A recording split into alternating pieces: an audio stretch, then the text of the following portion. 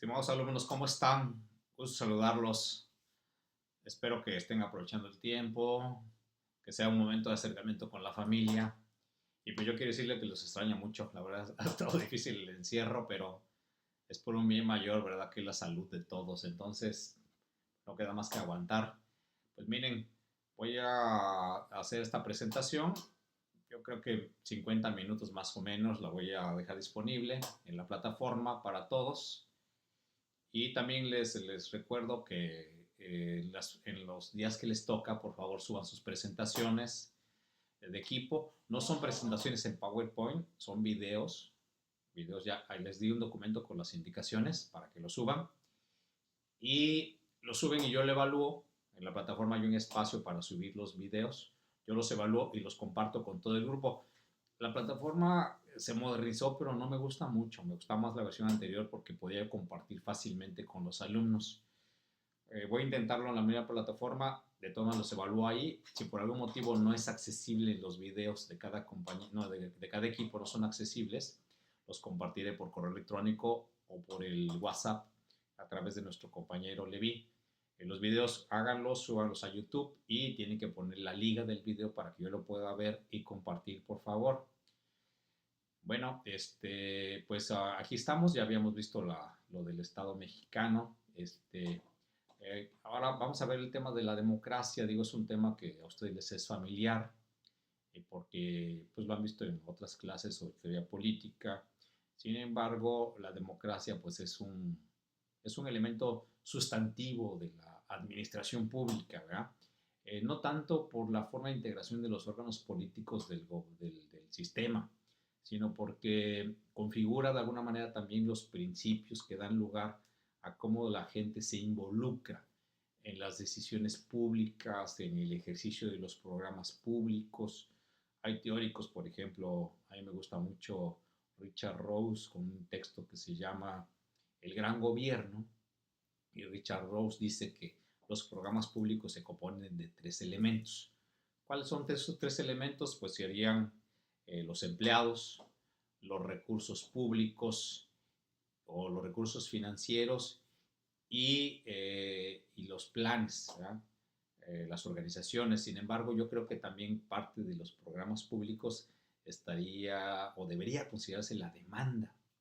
Y la demanda está expresada por los grupos sociales, por las personas, por las regiones, por la sociedad que interactúa día a día con la burocracia y genera un insumo para trabajar, que es lo que quieren y cómo lo quieren, se procesa dentro de la burocracia y se emiten pues ciertos bienes, ¿verdad? Bienes y servicios o también financiamientos o normas jurídicas.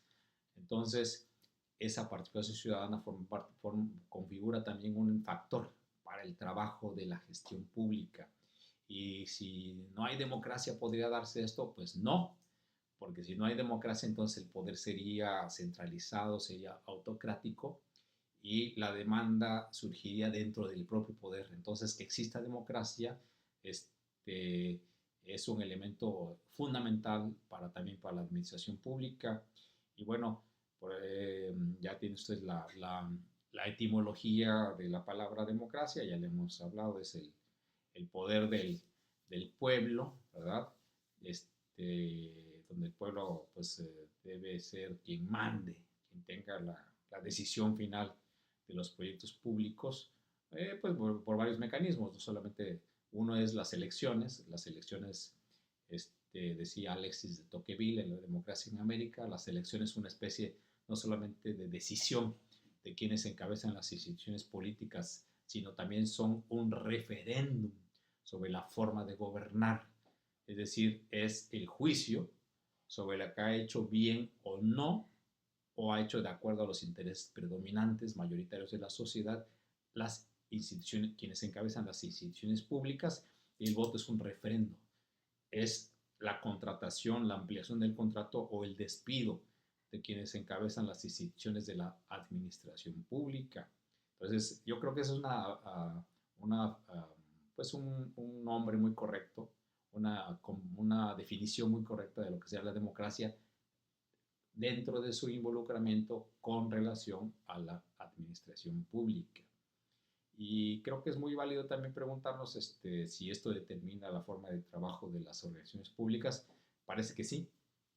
De hecho, hay una especie de enamoramiento, de romanticismo respecto de que la sociedad debe participar en los procesos públicos. Hoy día en todo el planeta es una tendencia contemporánea de la discusión pública, de la configuración de las instituciones y del diseño de la gestión pública mediante la creación de leyes, reglamentos y procedimientos de consulta o de participación de la ciudadanía, bajo la idea de que el fundamento democrático de la sociedad implica que la sociedad misma se involucre de manera activa y decisiva en toda decisión pública. Y hay muchos mecanismos en el gobierno. Les decía, por ejemplo, hay consejos consultivos en cada secretaría, en cada programa, que forman ciudadanos. Hay grupos de discusión en torno a decisiones concretas, por ejemplo, a nivel de colonias, de delegaciones, de juntas auxiliares, de ayuntamientos. También hay mecanismos de consulta en las decisiones legislativas bajo la idea de gobierno abierto, de parlamento abierto. Sin embargo, pues cabe preguntarse también como administradores públicos qué tanto la sociedad realmente está dispuesta a participar. Yo recuerdo una consulta que hizo Harold Laswell, quien es considerado el padre de las políticas públicas, académico norteamericano, y él fue quien encabezó la primera consulta para preguntar qué tanto está dispuesta la sociedad a participar en la gestión pública. Fue por ahí del año 1998 y fue muy interesante porque de ahí surgió lo que se llama la teoría de los roles. Y decía yo, los roles de Canela Bimbo, ¿no? No es cierto, los roles del ciudadano, es decir, qué papeles desempeña el ciudadano en la sociedad y en su vida dentro de una comunidad política. Y bueno, aquí resulta que lo que encuentra Laswell en esta consulta es que el ciudadano pone, digamos, en su esfera de prioridades, en primer lugar, su trabajo, lo que sea el rol laboral, es decir, pasamos la mayor parte del tiempo en el trabajo. Y después estaría el rol familiar, el tiempo que la gente no le dedica al trabajo, pues se lo dedica a la familia, es su segunda prioridad. Y después vienen otras, por ejemplo, desempeña un rol social. Después de la familia, pues están los amigos, están los parientes. Luego un rol de tipo formativo, ¿verdad? Muchos estudian, toman cursos, etcétera. Luego viene una especie de rol privado, hasta sentimental, que es que, bueno, quienes tienen novia, quienes tienen o su esposa, dedican cierto tiempo a cultivar esa relación. Y después de una serie de papeles, el último papel que el ciudadano emprende es el rol ciudadano. Es decir, ni siquiera unos minutos al día tiene tiempo la sociedad para ser ciudadano. Entonces, dice uno, bueno, si estos roles son así, ¿de dónde sale la idea de que hay que hacer consultas o llamados o convocatorias masivas para que la gente se involucre en decisiones públicas? Cuando está comprobado que tiene una serie de roles y que el rol ciudadano no lo tiene en sus prioridades porque no tiene tiempo simplemente, ¿verdad? El día es de 24 horas y el conjunto de roles le absorben, pues, le absorben 23, incluyendo pues, el tiempo que tiene que dormir. Entonces, es interesante porque dice Giovanni Sartori en ¿Qué es la democracia? Que entendimos mal la idea de democracia. Dice, la idea de democracia fundada en cómo funcionaba la democracia griega, dice, pues no es realmente lo que veía el padre fundador de la idea democrática, que sería Aristóteles. Aristóteles en la República dice Sartori, realmente no ponía como ejemplo la democracia ateniense, sino más bien la democracia de Florencia, la democracia florentina. ¿Y qué características tiene esta democracia florentina? Pues es lo que hoy día podríamos llamar como una meritocracia. Es decir, en Florencia no se hacían consultas públicas, que ya platicamos en una clase, que eran bastante excluyentes, sino que se elegía a los mejores hombres, a gente prestigiada en ciertos temas, se les ponía a encabezar funciones públicas y la gente se iba a trabajar, se iba con sus familias. Entonces dice, esa es la democracia realmente que esperaba la gente, no una democracia en la cual pues haya sintonía o participación ciudadana como hoy se entiende. Entonces, Una u otra, pues determinan cómo construimos nuestras instituciones públicas y cómo funciona la administración pública. Si partimos de la idea de que la solución de los problemas es nuestra, es de los administradores públicos y no es una obligación de los ciudadanos porque para eso nos pagan, entonces yo creo que desde ese punto de vista tenemos una idea reestructurada, actualizada de la democracia y su vinculación con, con la gestión pública. Y creo que podemos acercarnos un poco más a conceptos modernos de la gestión pública que ya iremos viendo y que además tienen ustedes que ver en los últimos semestres, como son, por ejemplo, la empatía, la ergonomía y otros conceptos, ¿verdad?, que hacen que un principio procesal de la administración pública sea la calidad de la democracia, la calidad de la gestión pública y no necesariamente fundada en la participación sin ton ni son o masiva. ¿Verdad? Estas son las aportaciones de Bobbio, de Sartori, ¿verdad?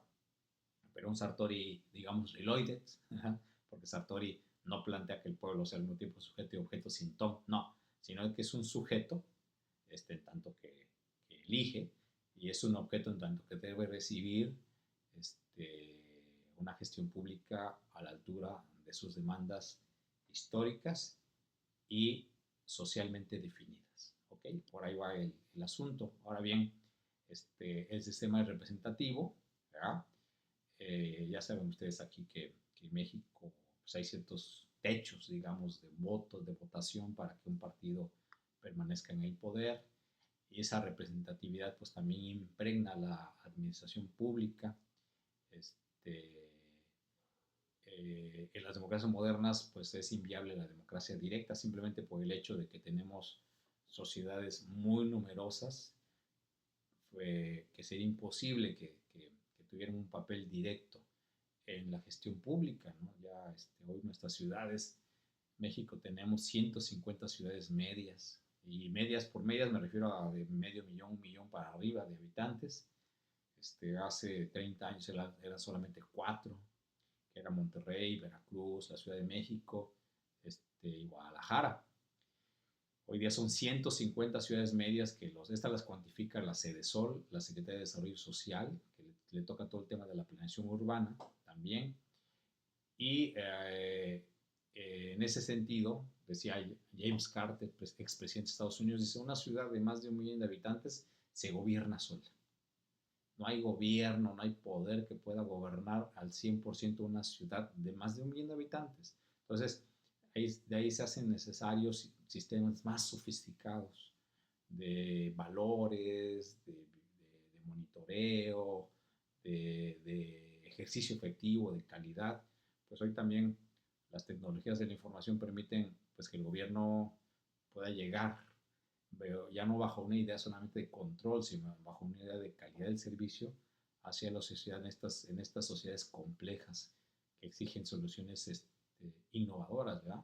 Entonces, el principio representativo es fundamental para la gestión pública. La sociedad deposita su confianza a través del voto, da un mandato, se retira sus trabajos y las instituciones se ejercen bajo el principio de representatividad. Ahora, ¿la administración pública es representativa per se o en sí misma? Bueno, no, obviamente no.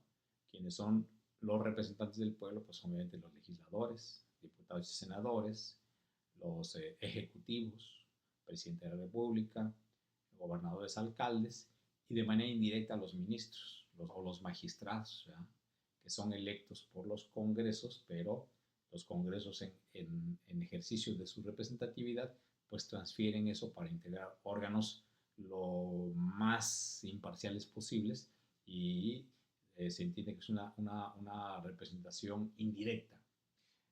Ahora bien, la administración pública, ¿qué papel juega en este sistema representativo? Bueno, la gestión pública, al haber un pacto social, un contrato constitucional que están obligados a llevar los representantes políticos, pues la administración pública, en el caso del Poder Ejecutivo, o bien los cuerpos judiciales, en el caso de los órganos jurisdiccionales, o bien el sistema de apoyo administrativo y legislativo, en el caso de los legisladores, pues hace que se forme el sistema de pesos y contrapesos de delicado equilibrio, en el cual estos aparatos sirven para que se orienten hacia los valores que establece ese pacto constitucional en un sistema democrático, ¿verdad? Pero bueno, esto también lleva al estudio de cómo se integran y configuran las administraciones que hacen posible que se cumplan o no los principios de la representatividad. Muy bien. Ahora bien, los representantes son auténticos mandatarios, ya hablamos de esta teoría, el mandante y el mandatario. Vuelvo a subrayarla. Mandatario no es el que manda, recordarán. Mandatario es el que es el mandadero, ¿verdad? Es el que cumple el mandato, es el que actúa en nombre de representación de los representados, que tienen la posibilidad de ejercer directamente la soberanía o de cambiar la forma de gobierno o de determinar la dirección de las políticas públicas, ¿verdad? Que es una idea que se les olvida a los funcionarios, que son, ¿no? Que si al ser mandatarios realmente no son los que tienen no deberían tener teóricamente la capacidad exclusiva de dirigir la gestión pública o la vida política o económica o social, no, sino que detrás de un fino sistema de negociación, de equilibrios, llevan la voz de eso que resulta de la sociedad para que se formalice en la administración pública y se asignen recursos jurídicos, humanos, financieros para cumplir con la función de gobierno y pues lo que se debe hacer la ruta del desarrollo del país. Bien, ahora bien, eh, decíamos que en un sistema federal, ¿verdad? Esto es diferente, porque esa representatividad se reproduce del nivel nacional al nivel estatal y al nivel municipal. Bueno, ¿cuál es la diferencia del nivel municipal? Bueno, que el municipal ustedes ya ven que no tiene un congreso, no tiene un parlamento, no tiene poder legislativo, ¿verdad? Esto es curioso porque el modelo fíjense, nuestro país se dice que siempre que ha sido un laboratorio de fórmulas de gestión pública, porque casi todas las tendencias mundiales, internacionales, de alguna manera diferente de organizarse, que han estado de moda en el planeta, se han puesto en práctica en México.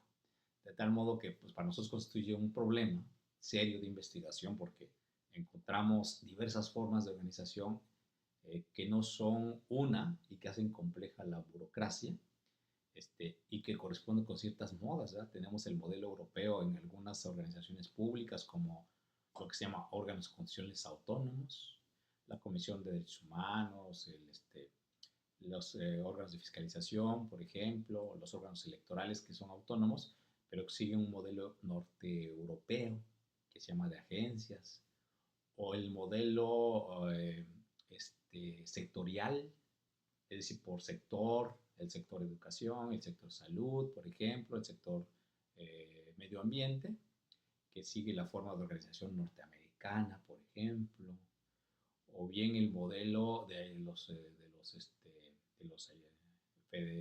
ayuntamientos, que no es un modelo ni norteamericano, ni propiamente europeo, sino que es un modelo de tipo celta, los celtas, cuyo modelo de organización nos llegó a través de los españoles.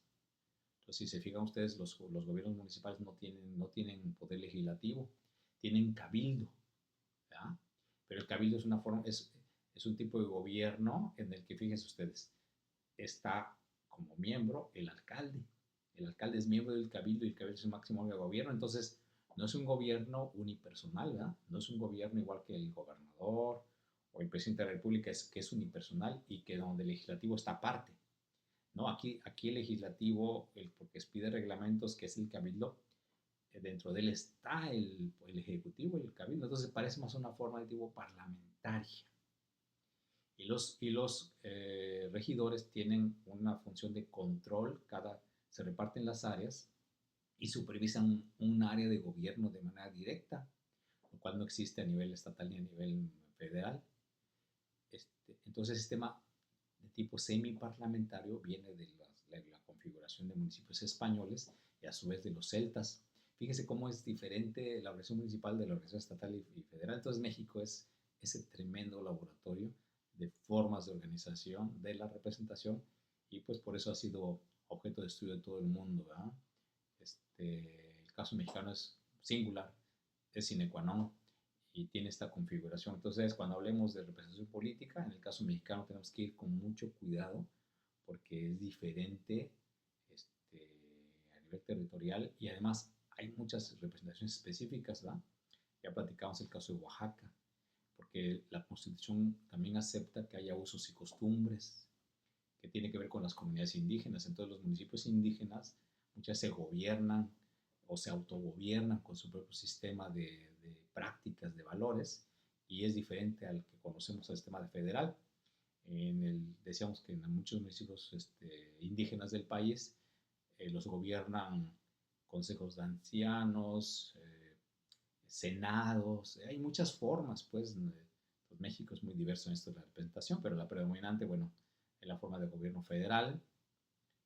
Tenemos un sistema muy noble, administraciones públicas específicas, con capacidades propias, con recursos propios, a nivel municipal, a nivel estatal y a nivel nacional. Por eso no es equívoco decir que en México no hay una sola administración pública, más bien podemos hablar de que habría poco más de 2.500 administraciones públicas. Porque además somos un país bien diverso, ustedes lo saben, ¿verdad? Ningún estado se parece a otro. Es una cosa impresionante porque mientras va uno a América Latina, desde Guatemala hasta Argentina o Chile, y podemos decir que son países con una sola unidad, con una sola identidad, donde pueden ir a las regiones y se parecen en un 85% y solamente en un 15% son diversos. En México, por múltiples razones que habría que analizar con cuidado, los estados son diferentes entre sí, ¿verdad? Hasta lingüísticamente, gastronómicamente, culturalmente, y no solamente los municipios, prácticamente no hay un municipio igual a otro en muchos aspectos sociales, económicos, culturales, políticos. Vean ustedes aquí, solamente los 5 municipios son diferentes. Pues en todo el país son diferentes. Entonces tenemos, repito, tenemos cerca de 2.500 municipios en el país. Asumen ustedes los gobiernos estatales y el gobierno federal, pues tenemos más de 2.500 verdaderas administraciones públicas, de las cuales es un error pretender administrarlas con un solo modelo. No, como que necesitamos un modelo marco y ese se debe de aterrizar en cada realidad municipal, en cada realidad territorial. De ese tamaño es la configuración de la vida política de nuestro país y por lo tanto así debe serlo de la configuración administrativa. Muy bien, pues ya hemos platicado de la federación, está en el artículo 40 de la Constitución, formada por 32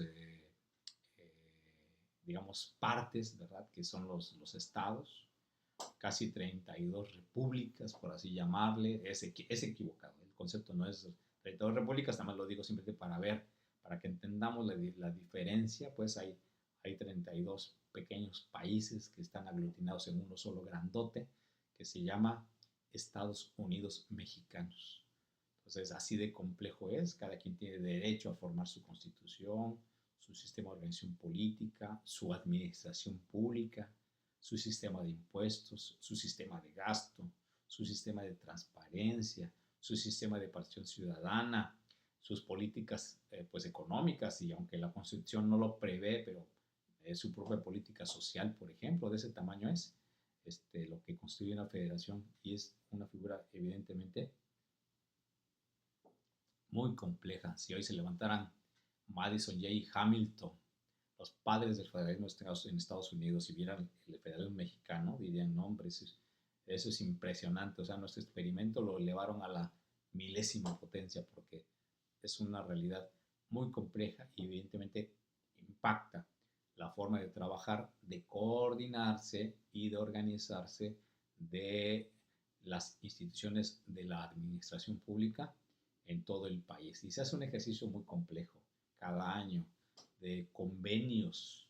Sin esos convenios no podría funcionar nuestro país porque esos convenios que se firman cada año en todas las materias establecen cómo se coordinan para cooperar los estados entre sí o los estados con la federación, más aparte las leyes Hoy día las leyes se llaman leyes generales porque pretenden abarcar todo eso complejo que es la realidad territorial del país.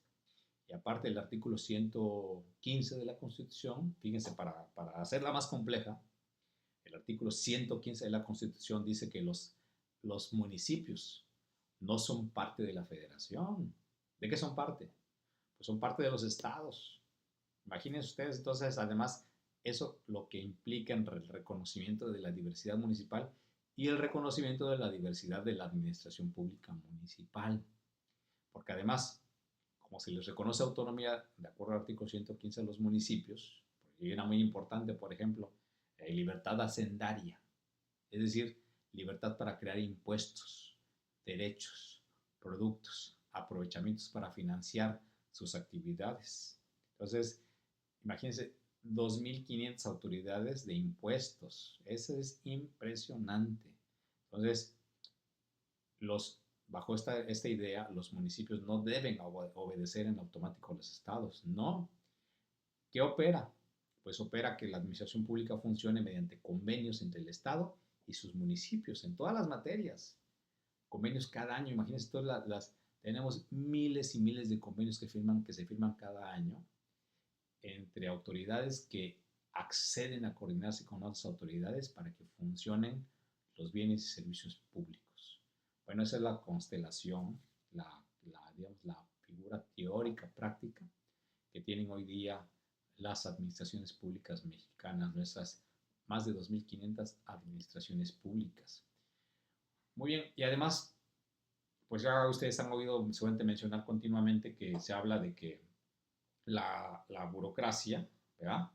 La administración pública mexicana, parte de la Constitución y de una Constitución que ha sido muy cuestionada, muy criticada, porque se dice que incluso muy parchada.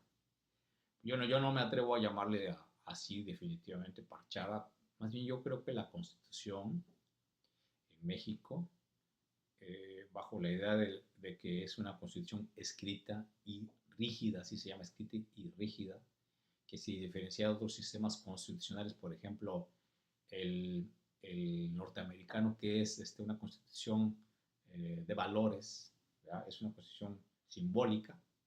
La constitución norteamericana no se modifica prácticamente porque hay unas leyes abajo de ella que se van actualizando, pero los principios de la constitución vigentes, en el caso de la mexicana, no. La mexicana, además de declarar valores y objetivos nacionales, dicta reglas. Chequense ustedes si gustan el artículo 41, por ejemplo, de la Constitución, y van a encontrar que podría ser por sí mismo una ley completa, la que regula pues toda la vida de los partidos políticos, el INE, la forma de realizarse las elecciones. Nuestra Constitución es diferente. ¿Y por qué es así? Pues bueno, es así porque en cada momento importante de la vida nacional se ha ido pues integrando, ¿verdad? Haciendo un documento muy complejo que a veces parece contradictorio, definitivamente. Partamos de la idea de que en 1917, cuando se crea la Constitución vigente, pues se recoge casi lo más importante de la Constitución de 1857, que además ya traía elementos de 1824 y todo eso se pasan al 17. Y es una amalgama muy fuerte de más de 100 siglos, de más de un siglo, perdón, de 100 años, más de 100 años de historia, en donde pues obviamente el siglo XIX era un siglo en donde hubo más de 100 gobiernos. Cada gobierno venía con su plataforma, su programa ideológico y social y lo plasmaba en leyes. Y esto se hizo así de manera pues amalgamada y compleja y se trajo hasta 1917. Entonces la Constitución del 17 resulta muy complicada, recoge todo eso que trae el siglo XIX y además con el paso del tiempo va cambiando también, ¿no? Digamos, cuando México, no sé, nacionaliza el petróleo en 1918, pues también se incorporan principios de rectoría del Estado, le llaman, ¿no? Del Estado tiene el control de la economía. O cuando termina la Segunda Guerra Mundial y empieza toda la fase de desarrollo industrial en el mundo, pues cambia la constitución también y se meten cosas para aprovechar el nuevo escenario mundial internacional que se presenta en materia económica. O cuando se firman los tratados de libre comercio, ¿va? En 1994, pues cambia la constitución, con la constitución también. Yo fui parte de esa legislatura, la 55 del Congreso de la Unión, y que miren ustedes, se reformó más del 60% de la legislación nacional en solo 3 años para adecuarnos a los tratados de libre comercio, porque implicaban muchos retos. Como dijo la Constitución, lo más importante o lo más simbólicamente más relevante que dicen los tratadistas, que es el artículo, pues el tercero, el cuarto, el 27, el 123, el 25, el 28, que son los grandes artículos de la Constitución que regulan todo el esquema de Estado, su dirección, que lo define y además que da el marco para el trabajo de la gestión pública. Y se reformaron el 60% de las leyes, ¿verdad? Ustedes pueden leer googlearlo, o los libros, los artículos, pero se reformaron leyes tan importantes como la ley de inversión extranjera, las leyes que tienen que ver con telecomunicaciones, hay nueva ley de educación, las leyes de salud, se crearon nuevas leyes de comercio, se creó una ley para la celebración de tratados, todo un cambio legal impresionante. Toda la Constitución pues trajo nuevas disposiciones, que por ejemplo ahí tienen ustedes el artículo 25 de la Constitución que habla de la economía mixta. ¿Qué es la economía mixta? ¿Y por qué es importante en la administración pública? Fíjense, la economía mixta. A veces resulta impresionante ver la discusión en los periódicos, en las redes sociales, cuando cuestionan el neoliberalismo o hay quien defiende la estatización y ni siquiera saben que la cuestión habla de la economía mixta. Fíjense que la economía mixta, pues es algo, es un híbrido que señala que en México es una economía de mercado, pero también es una economía en la cual el Estado tiene un papel de dirección y de intervención. O sea, aquí John Kenneth Galbraith, el máximo exponente del neoliberalismo o del monetarismo, que es propiamente el monetarismo, así se debe llamar, no neoliberalismo, pues se levantaría su tumba y diría, oigan, ¿qué crearon, no? Porque yo le aposté a una economía de mercado. O Carlos Marx diría, oigan, yo le aposté a una economía social y México tiene una economía mixta, ¿qué es eso? ¿No? Pues es un producto muy a la mexicana, 100% mexicano para el mundo. Algo así como la cerveza Corona. ¿Podríamos imaginar al mundo sin la cerveza Corona? La Coronita, pues no, ¿verdad? Pues igual México tiene una estructura económica única que bueno, es difícil de entender, pero aquí se reconoce, lo cual tampoco está tan desmesurado porque digo ustedes que en las últimas décadas en todo el planeta paulatinamente han ido tomando un papel más protagónico los actores sociales, bajo la idea de lo que se llama el tercer sector o la economía social, la economía colaborativa. Bueno, pues ahí tienen Uber, Cabify, estas Didi, son un ejemplo de este mundo moderno en el cual digamos, el patrimonio individual se suma para crear economías de escala y crear grandes redes de negocio a través de los taxis, por ejemplo, los sistemas de transportación de particulares, o bien otras formas también de participación económica asociándose privados, o los bancos del tercer sector. En Canadá, los bancos, el 60% de las cuentas de los bancos no las manejan bancos mercantiles, sino bancos sociales. Esos bancos sociales, como los hay en Canadá, en España, en Alemania, son bancos que no buscan ganancia. Son bancos que están obligados por sus actas constitutivas a que lo que obtienen de lo que podemos llamar utilidades lo deben traducir en financiamiento social, es decir, deben financiar proyectos de mejora de la producción de alimentos, de la producción industrial, la educación, etcétera. Solamente mantienen los ingresos necesarios para el funcionamiento pues de los sueldos, salarios y su estructura administrativa. Entonces, el 60% de las cuentas de Canadá las maneja este tipo de bancos. Por ahí chéquense, no sé, yo recuerdo Caja Madrid, la Caixa y otros bancos famosísimos. O bien, hoy es cierto también que, por ejemplo, tenemos en claro la importancia de las loterías. En México, ¿quién tiene la lotería? Pues dijimos que el gobierno federal.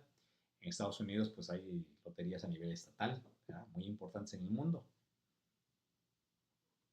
De la lotería más grande del planeta, la que ha dado los premios más grandes del planeta, es la Lotería Española.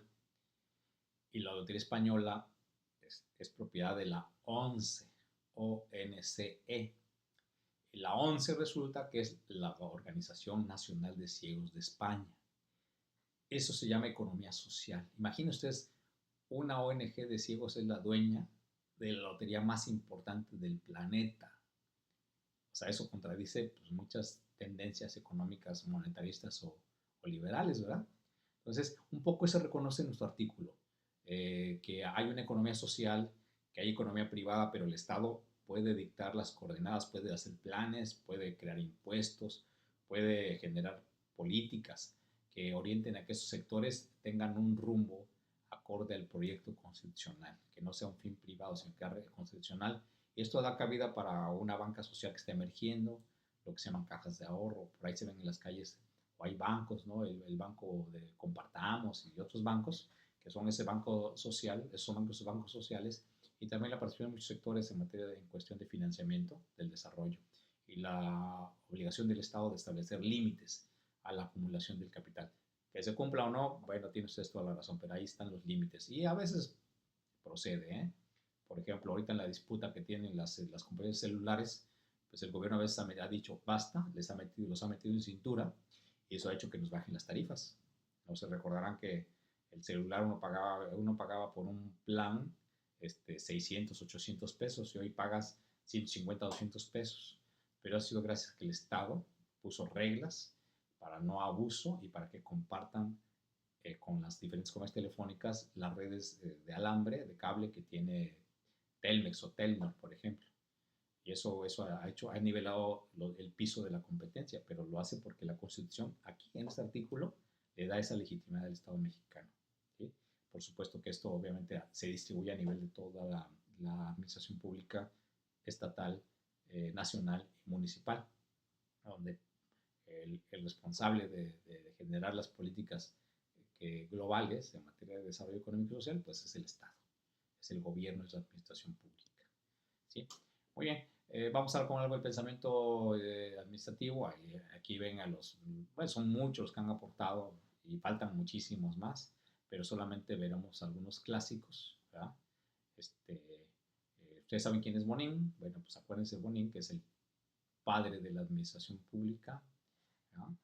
Y bueno, pues la administración pública fue un poquito por ahí como medio coquetona y tiene dos padres. El otro es Woodrow Wilson. ¿Verdad? Woodrow Wilson pues, generó los principios de la organización del gobierno moderno a principios del siglo XX.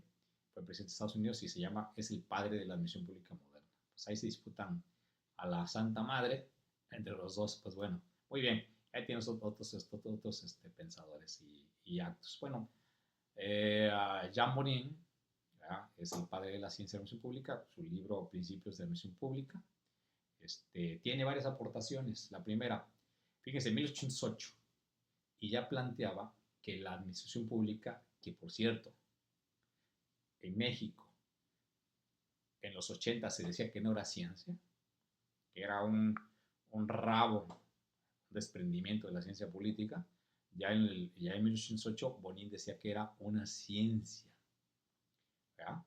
Porque hablaba de que era un sistema productor de cosas administrativas y como principio productor seguía un conjunto de reglas.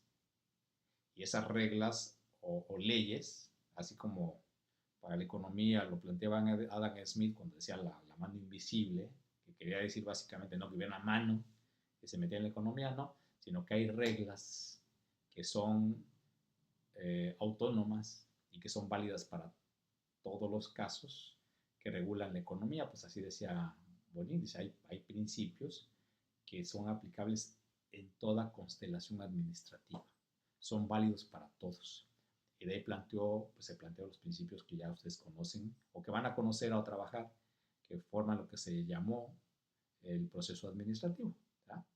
Y que casi prácticamente se presentan en cualquier administración pública, en cualquier idioma, en cualquier nivel de riqueza, en chino, en swahili, en árabe, en alemán, en español, pues esos principios se aplican y son universales. Por eso se llama como una ciencia. Hoy día pues, le hemos agregado el tema de que el método hace que sea una ciencia.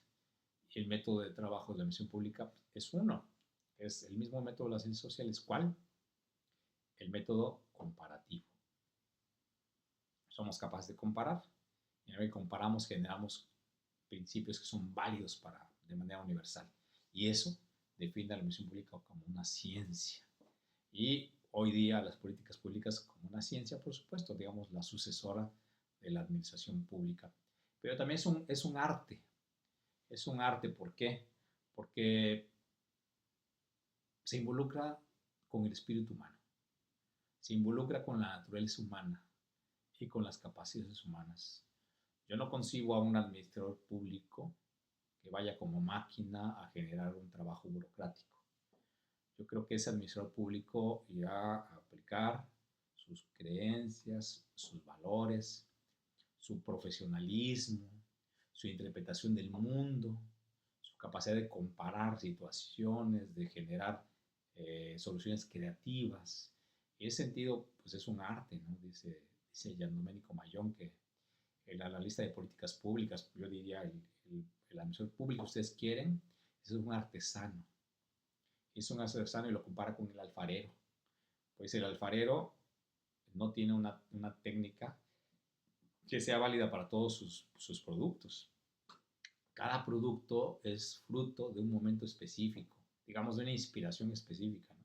O sea, si el alfarero está inspirado, pues saldrá un jarro, a lo mejor de una manera diferente a si no estuviera inspirado, si lo hiciera porque tiene que hacerlo.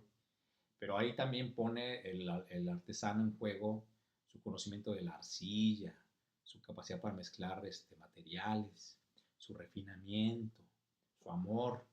Pues bueno, un poco así digamos que es la admisión pública, es un arte, es decir, depende del tipo de administrador público también. Hay ciencia, hay principios, pero también hay un estilo personal que, bueno, digamos que de manera eufemística, algunos autores le llaman, cuando tratan de interpretar las políticas de un gobierno en particular, dicen el estilo personal de gobernar. Por lo menos ahí aceptan que hay cierto rasgo definitorio de quienes ejercen el poder y que eso se traduce un poco en la orientación que tienen los programas públicos. Entonces es un arte, y bueno, es un arte del bueno, ¿no? Un arte donde esté lo mejor de quien ejerce la administración pública. Y también lo planteo como una institución política, ¿verdad? Es decir, es el ejercicio de una autoridad.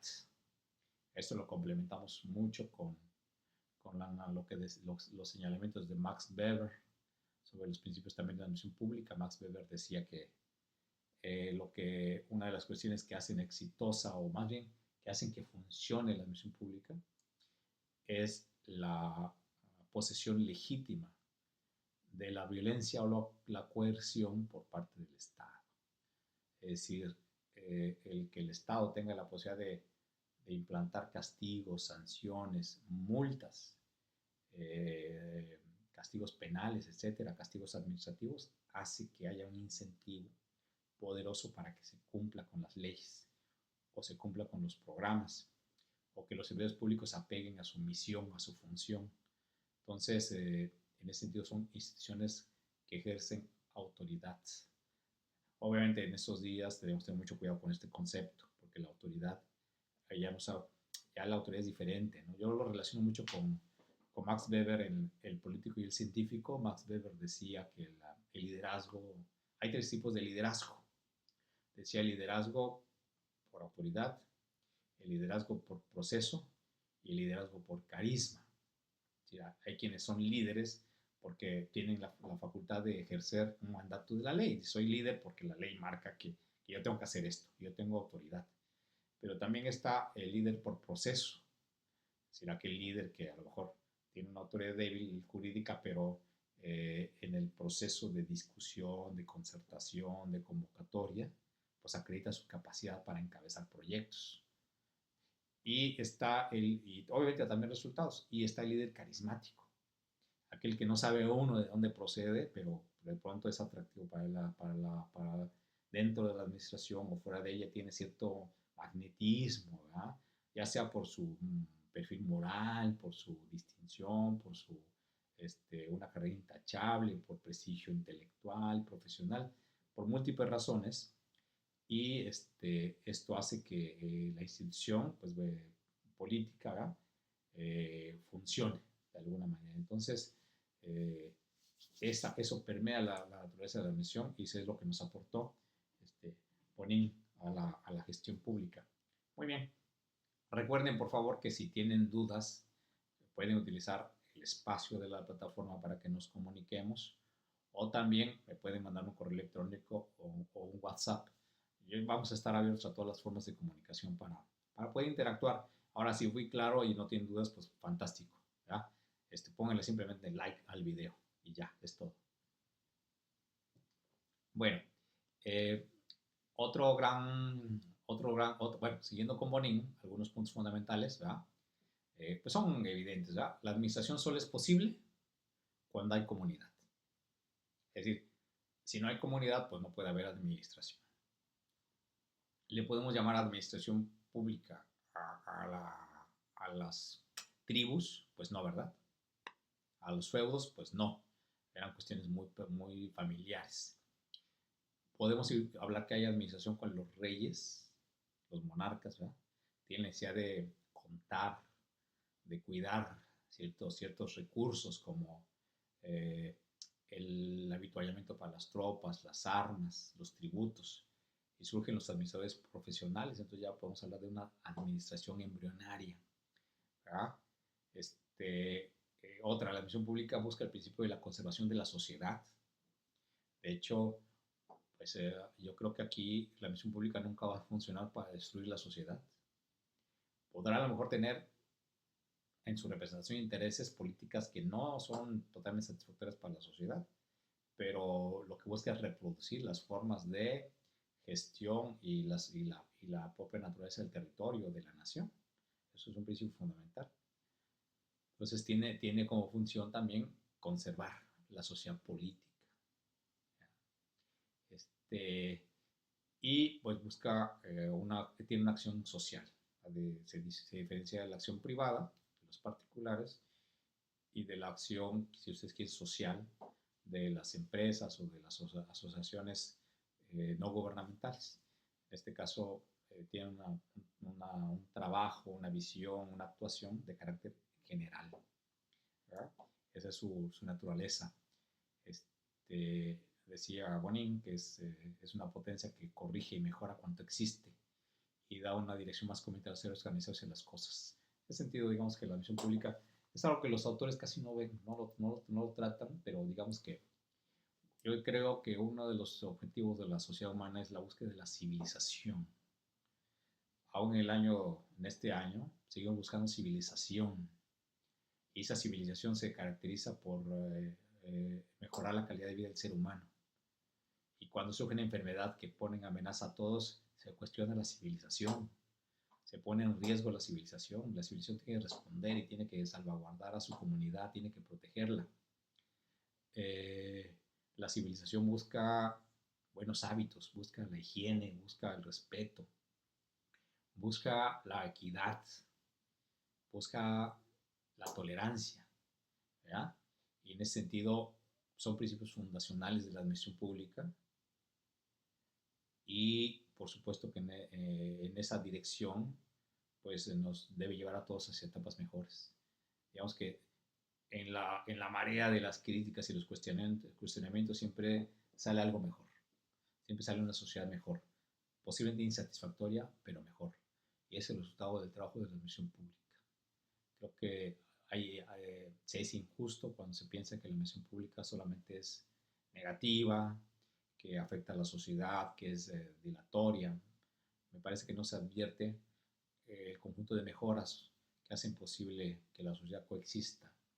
Y nos vamos a cuestiones muy pequeñitas, por ejemplo, si quieren parece insignificante, pero nos hemos acostumbrado a que los estén podados los árboles, que el pasto esté cortado en las zonas urbanas, pero estamos hablando de millones de toneladas semanales de pasto que se corta, de hojas que se cortan, para que la sociedad tenga estética y tenga áreas verdes. Y lo hacen miles de trabajadores y cuesta mucho dinero, pero eso es civilización. ¿Pueden ustedes concebir una sociedad que se diga civilizada sin áreas verdes? No, ¿verdad? Hoy están intrincadas. Sociedad, modernidad es sustentable y es ecológica y debe haber áreas verdes. Bueno, pues eso lo hace la administración pública. Es algo que los ciudadanos no ven, pero ahí está. Y la repartición de bienes públicos, etcétera, etcétera, es un trabajo muy complejo, pero sí la administración pública, coincido con Bonín, y espero que ustedes coincidan también, es generar estadios de vida mejores, cualitativamente más avanzados de la sociedad. Bueno, veremos a Tocqueville, Alexis de Tocqueville. Yo creo que lo vamos a dejar para otra clase. Estoy abierto a sus preguntas. Es un placer saludarles. Esperamos que todos salgamos bien por nosotros, por nuestras familias y por nuestro país. Que pasemos esta etapa de duda e incertidumbre, para la cual, por cierto, hay que reflexionar y tener respuestas o posibles respuestas desde el punto de vista de la administración pública. Muy bien, para cerrar esto, les voy a pedir una actividad. Voy a poner el video, el link del video para que todos lo vean. Y este video les voy a pedir que por favor hagan un mapa mental. ¿Sí? Vamos a hacer un mapa mental con lo que se expuso en esta clase. Un mapa mental en el cual hay muchos ejemplos de mapas mentales en internet. Háganse uno sobre lo que está aquí, ya tienen ustedes el video. Ármenlo con una reflexión sobre lo que hoy platicamos. Un placer saludarles, que estén muy bien. Nos vemos pronto.